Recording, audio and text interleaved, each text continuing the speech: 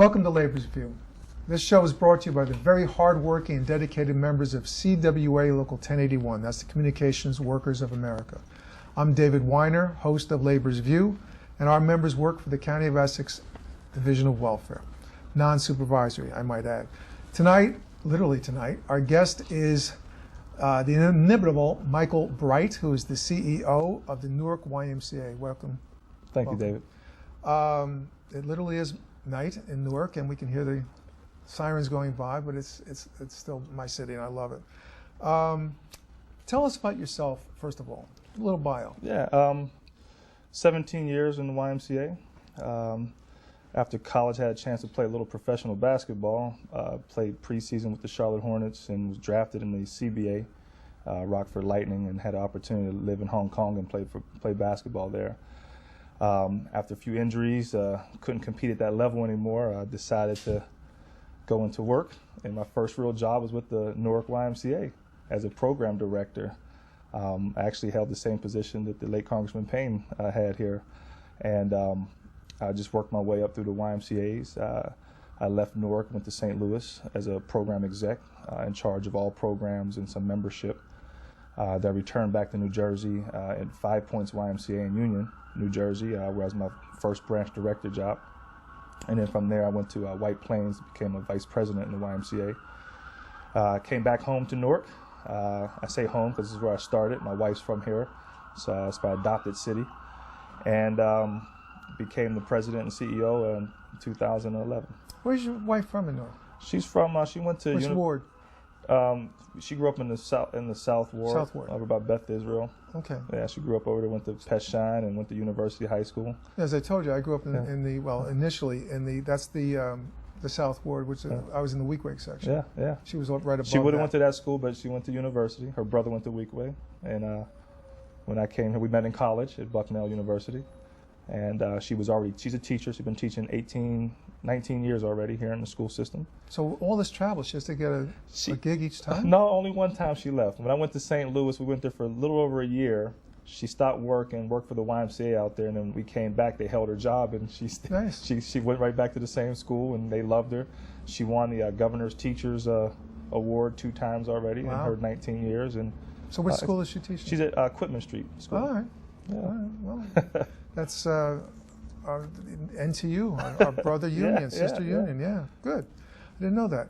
Okay, give us an overview of the Y and its various programs. I made notes. You got adult sports, wellness. You take it. Yeah. Well, the YMCA has traditional programs. We have our youth sports, and we have the basketball, soccer. We've done t-ball, flag football. You know, the things you think about when you think of a YMCA when you look at youth sports. We have wellness and fitness training. We have, cardio center, spin room with the spin bikes. We have strength training equipment.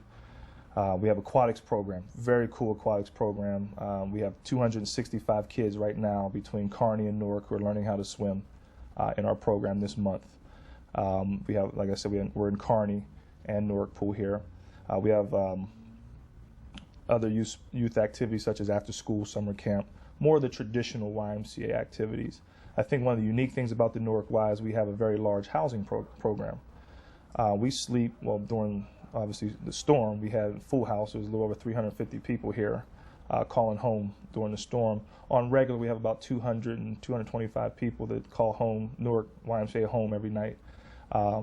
In that uniqueness, we have the emergency shelter where it's primarily adults and families who have been displaced for some type of reason, be it loss of house, loss of income, something has caused them to not have a home. And we are the largest family provider in Essex County, so we are looked to help families in crisis almost immediately. We also have a very unique program where we have a youth shelter, kids 13 to 17 who cannot be at home. They're either wards of the state or something's going on where they can't return to home that night. And we take them in anywhere from 1 night to 45 nights until... excuse me, that's through the Division of Children and Families, right? Yes, yes. Which is the old DIFAS. Yes. And the other program is primarily through the Essex County Division of Welfare, and we get some Union County. We got Union County. I say we because I co-chair the board, right? We get families from actually Union County and Essex County for the adult shelter. Our youth shelter comes from Passaic County, Hudson County, and Essex County. Okay. We have a joint program with all three division of family shelter, DIFAS, the old DIFAS. I love the swimming. I used to come to Y as a kid, for a little while, and which is why, just a quick history, I don't know if you know this, I think you do, maybe you don't. I was on the United Way board years ago. It's got to be over 20-something years ago. And they were going to take the funding away from the Y because they had some problems with the CEO at that time. And it was like $300-something thousand. Oh, wow. Yeah. So I said, sitting next to Tom Giblin, actually, who was on the board before he's an assemblyman and a labor guy. I said, what are you doing? I said, and so they said, well, if you care so much, go over there. That's how I ended up on the Y board. Oh, wow. Yeah, they pulled me in here, so I still haven't escaped. What about the fatherhood program? Because I really like the swimming program, especially for inner city kids, because there's always that, thing about inner city kids not being able to swim, which is problematic. Yeah, well, I'll just chime in on that. Unfortunately, the data shows that urban youth are 3 times more likely to drown in swimming. Reason being, they have more access to water with public pools and shores, but they don't take swimming lessons. There's a difference between learning how to swim and being water safe. Right. So what we try to do is we have water safety programs so that at least a child can be safe in and around pools, to where they know how to exit a pool properly, enter a pool properly, how to get to the wall quickly, practice how to hold their breath, get some strokes, just so that they can at least have that opportunity to not be that statistic. The Fatherhood program that you mentioned is a program that we actually started with the National Y because we had received some funding. Basically, with the population that we serve through our emergency housing program, we have a lot of fathers who want to be better fathers. And what we do is it's a 12-week program where they come through workshops once a week, or actually it's twice a week, where they come in and there's different topics that they work on, and they have other fathers come in and how to spend different time with your kids and how to manage different situations so you can be a better father. It's a whole curriculum, and there's one night where they actually bring mothers in so they can hear from the mothers what's really going on and what's missing. Incredible dialogue. That must be fun for the fathers. Incredible dialogue. You would not imagine the room atmosphere when those kind of sessions happen, because first of all, there's a connection that I'm not in this alone, that other people have issues or concerns that I'm facing, so I can turn to somebody. And to hear the mothers talk about some of the issues that the absentee fathers may be having, or even the fathers coming back to the mothers saying, I could be better if you allowed this, or so it's just the dialogue that takes place is just remarkable, and relationships are built stronger. We've been doing this now for 2.5 years, and there's actually a graduation ceremony. We celebrate over at the Robert Treat a couple of times, and really did it, really nice. And the kids got to come and see their fathers graduate, and for some of them, it's the first time they've accomplished some things in their whole life. Right. So it's just a remarkable experience, and we have parents now who come back and say, because of the program, they're spending much more quality time with their kids. They're doing stuff like things we may take for granted, like zoo trips or museum trips. I don't start with the zoo. No, it's well, right. just the things that we take for granted. Nice the things we take for granted, they do now. Right. They go to the ball games, and so remarkable program. You hook up with the stadium? We get a lot of donations from not just the stadium directly, but a lot of businesses buy tickets, and we are a beneficiary of a lot of, especially PSC&G, Blue Cross, Blue Shield. They give us some tickets and say they know we have the shelter, right, and they'll help have the kids and families go out. So we utilize some of those as extra incentives. And NJPAC. You mentioned day camp. Mm-hmm. Now we have a camp. Yes. Where is that located and what's it called? We have, actually this year we had 3 camps. The main camp is here at the 600 Broad Street location, where the activities take place are we have gym activities, arts and crafts, swimming, field trips. We use Military Park, Washington Park, different parks locally to get out. We visit, the museum, the library, Branch Brook Park, and take them out. One of our first expansion camps outside of the Newark area was Belleville. So we're in Belleville. We're in school 8 in Belleville, where we've been there since 1998. That was actually one of the programs I started when I first was here. I'm glad to see that when I came back, the program was still healthy. So between Newark and Belleville, we'll serve about 165 kids in the summer. This past year, we started a new program with the Housing Authority at the Clubhouse facility. The Newark Housing Authority. Newark Housing Authority, Newark Housing Authority, the Clubhouse up on Irvin Turner. And it was just a pilot program. They just constructed that a couple of years ago. A couple of years ago, yeah. It was a lot of boxing. They had a lot of boxing and stuff. I think they wanted to change direction and see how other activities going. So we went in, had a great opportunity, great time. Again, it was a pilot program. I'm not sure what we're going to do next summer, but it's always an open conversation. One of the things we want to do is be able to take the YMCA programs like this and be able to infuse them in other areas of the community. And I'm sure we may talk a little bit later. Newark, our YMCA service is more than just Newark. Right. Even though we're in Newark, but we're Newark and vicinity. Right. There's 8 other towns that we serve. So to be able to take a program like summer camp and go somewhere where there's a need for it is sort of our next tier of and we planning. actually have our camp, which is Camp Linwood. Yep. Then outside of day camp, right. we have a 200-acre camp up in Sussex County, up in Sandyston, New Jersey, Sussex County. Incredible. I mean, if you haven't been there, I'm looking at the folks now out there in TV land. It's incredible. It is beautiful. Incredible Big, camp. Beautiful lake. I said 200 acres. We could sleep 200 people comfortably. We're in the middle of a capital project where we're building 3 new cabins, state of the art. We have a lake. We have 3 hiking trails, a half a mile, 1 mile, and a 3-mile trail. We're in the middle of Stokes Forest, so it's beautiful. Ball fields, ropes course, outdoor climbing wall, and one of the coolest things, which I'm not sure if you've done yet, the zip line that goes over the lake. No. No, and I don't think you're going to see me doing that. They have one of those up at the county, up at the zoo as well, but that's not my Incredible thing. experience, especially that first step. Old for that. Especially that first step. I don't have any zip anymore. That's my days are over for that. But I appreciate others who do it. But archery, no, it's cool. Soccer fields, that's incredible. As we discussed, I'm a Newarkist. I really like asphalt and sidewalks, but I can take so much of nature, but it is really, really pretty up there, right past Stokes Forest. Yeah, and I tell you, just another piece, because your sister union, the teachers, we have our Camp Linwood ecology program meets the New Jersey standard for outdoor education. So schools that want to use it will actually get credit for going up there utilizing the ecology program. So have you hooked up with the local, with Joe? Have not. I know Richard Smith, who's our camp director, has had contacts with certain school districts, and they actually use it. I know out of Mercer County they come up. We got to make that happen. Yeah. I'll talk to Joe. Simple question. What's your vision for the Y? Maybe not so simple. No, I think it's a simple answer. Our motto has been take the Y to the people. I think for so long the Newark Y has been seen as 600 Broad Street. And I just think it's important to know that the Y is not a physical building, although we have great facilities, great things for people to come down and enjoy.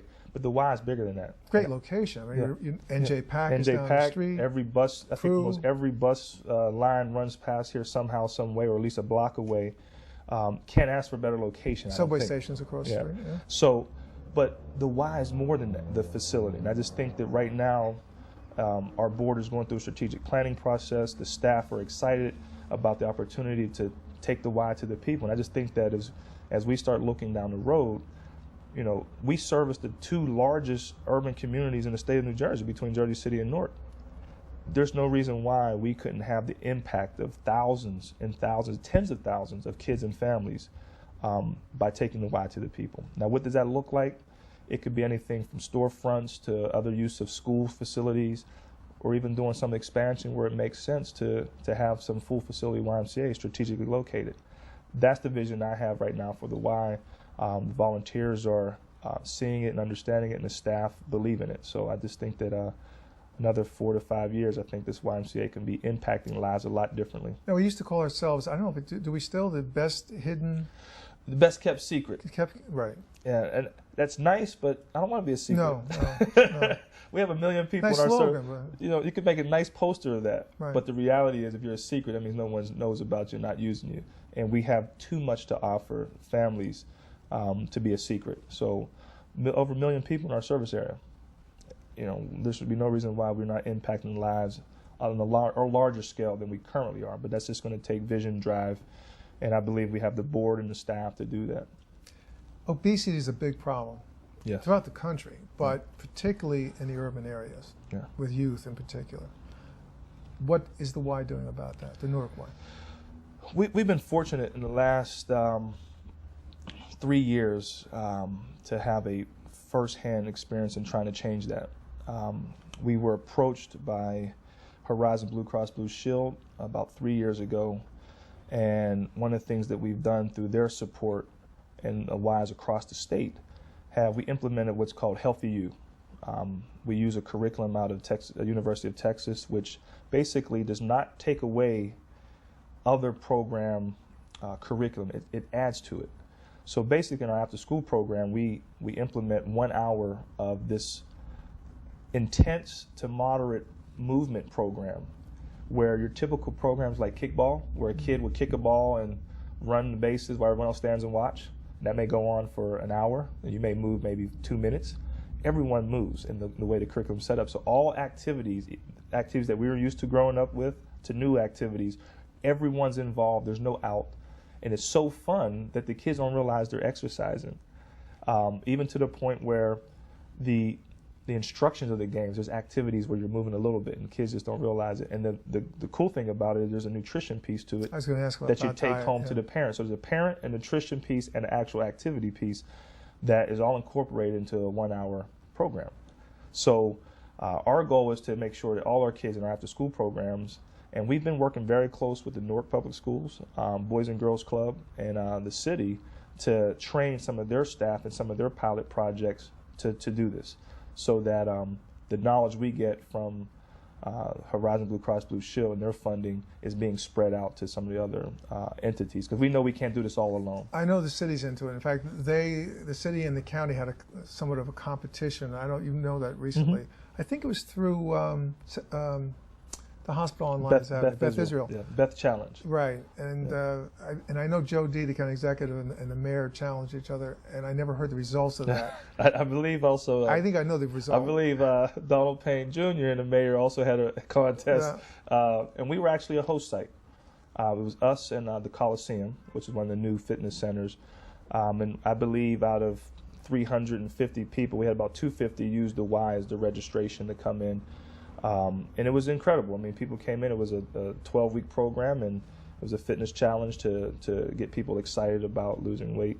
I think we can do more with that, though, and I think there's opportunities working with Beth Israel and other hospitals, UMD&J. But the other bigger piece that we're involved in, which I think can impact lives to come, it's not a program.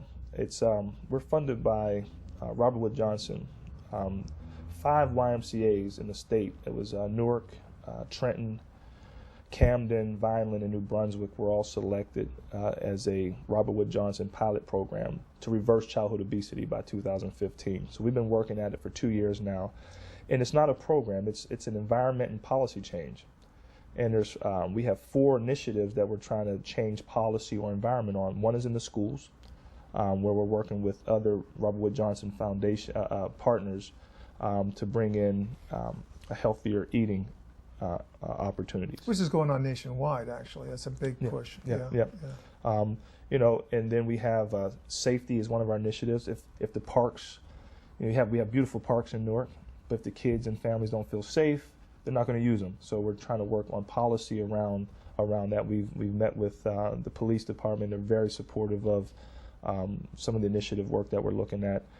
We're also working with the pediatrics to be able to have more prescriptive type of plans when parents come in and get their child screened, that there's actually a game plan for them to start early. Yeah. Right. So, you know, those are the things that we're working on. And then there's one of the biggest ones, the corner store initiative, where we're trying to get the bodegas and the corner stores to have higher quality of food, to have incentives for them to have more whole grains, you know, different foods that are going to make it healthier choice for the kids. You know, let's not put the candy in front. Right. You know, let's put some fresh fruit. And if you do that, we'll pay for a refrigerator system so that you can have fresh fruit available for them. That's really cool. Yeah. As a vegan, I go through Newark all the time, day and night, and it's really hard to find something in the little stores. Yeah, so we're working with Rutgers on that corner store initiative. So we have some great partners with this initiative, and we'll come out in June. We'll end our funding cycle, so we'll see how we can continue that and continue to push on changing the environment and policy. You spoke about 5 years being an optimal time to turn things around. We're hearing the present goals. What about long term? What's your vision for the future? How far you want to go out? 6 years. We don't have much time left on this show. The 1 year after that? Yeah. Well, one of the things we have to do is, what I see is we need to get more of the kids and the adults and even the companies to utilize camp more. So I think, we're going to have at camp, we're going to have a whole new camp setting up there in the next few years. If this project we're doing now, when it becomes finalized, I think that's going to be a huge gem for the users of Newark. I think also the biggest challenge is going to be the whole emergency, how the Newark Y addresses housing. Right now we've been primarily emergency housing. I think the reality is we need to become more supportive housing. We're seeing people come through us, they'll be here for a year, they leave, and then within months later they're back. Right. Something didn't click, something didn't change.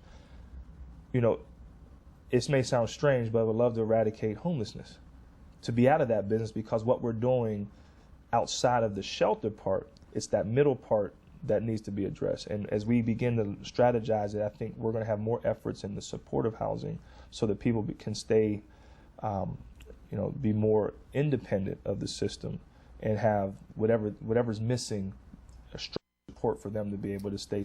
Often that's called transitional housing, where it's a full setup, but you still have a support system to get you ready to go out on your own. To get you ready. With the skill sets and paying the rent, getting used to the responsibility and stuff. Making them, if it's employment support, if it's mental health support, if it's addiction support, the things that are causing them to be consistent homeless, chronically homeless, to be able to break that cycle. Well, having been around a long time, I can tell you we've come a long way. I mean, I can go back a long time to the 70s, but in the 80s, the whole homeless thing hit in the mid to late 80s and 90s, and you had these shelters, which made some people very rich. And nothing against that, but they were paying, the county and other entities, public, were paying a lot of money for people to live in motel rooms and plastic bags. So the quality of services provided by a Y, or in all fairness to any other shelter, Apostles House, Harmony House, whomever, it's a big difference. And you're right, there is the next step though, because we have to. The problem is also the availability of housing. You have a housing authority that's tearing, no offense, because I know you do work with them, but we sued them, our group I'm with, we sued them for 22 years to get them to replace housing they were destroying, public housing, one for one. And you've lost a lot of public housing. There's virtually nothing left anymore, except some townhouses. So that's also a problem. I think there's opportunity for us, the Y specifically, to collaborate with the housing authority, to collaborate with the city. We do the service part. I'm not going to sit here and tell you that we're experts at development and property. That's not what our business is. But I think with the right partners, like housing, I mean, they're developers. They have housing. We're service providers. That's what we do. Unlike other shelters, people come here, they have a full membership at the Y. They're in the pool with their kids swimming. They're taking advantage of family things that, again, that we may take for granted, that they're getting when they come here, to be stronger, to be more hopeful, to be more supportive.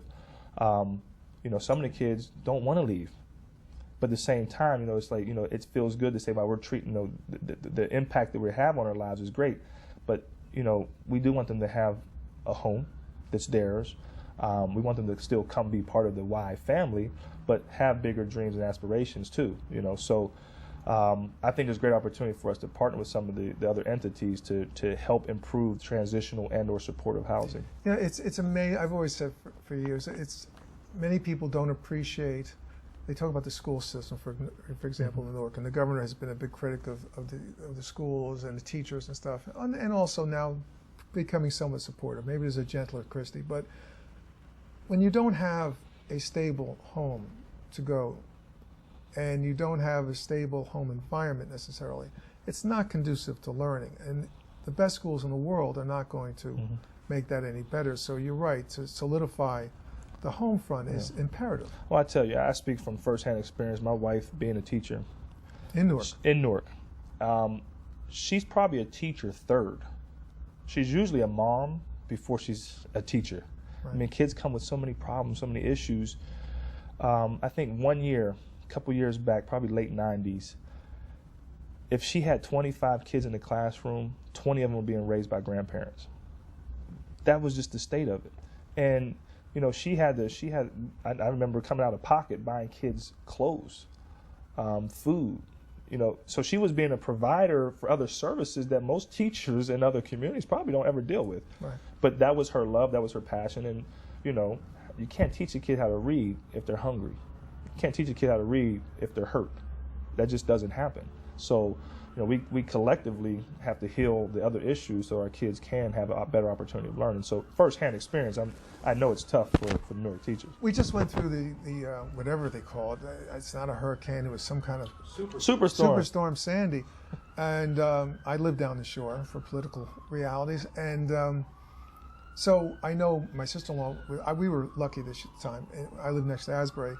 But my sister-in-law lives in Belmar, and she was saved by a boat. I mean, they had us in a boat to save the family because of the waters, and a lot of devastation down the shore. And I think perhaps, as our sirens go by, I think and I hope that some folks, particularly down in that area, but in New York, everywhere, who didn't appreciate what it's like, homelessness is like before, they may have looked down upon some people, not all the people affected, but some. Maybe they'll have an appreciation when they actually, many of them have nothing. Everything was just wiped away.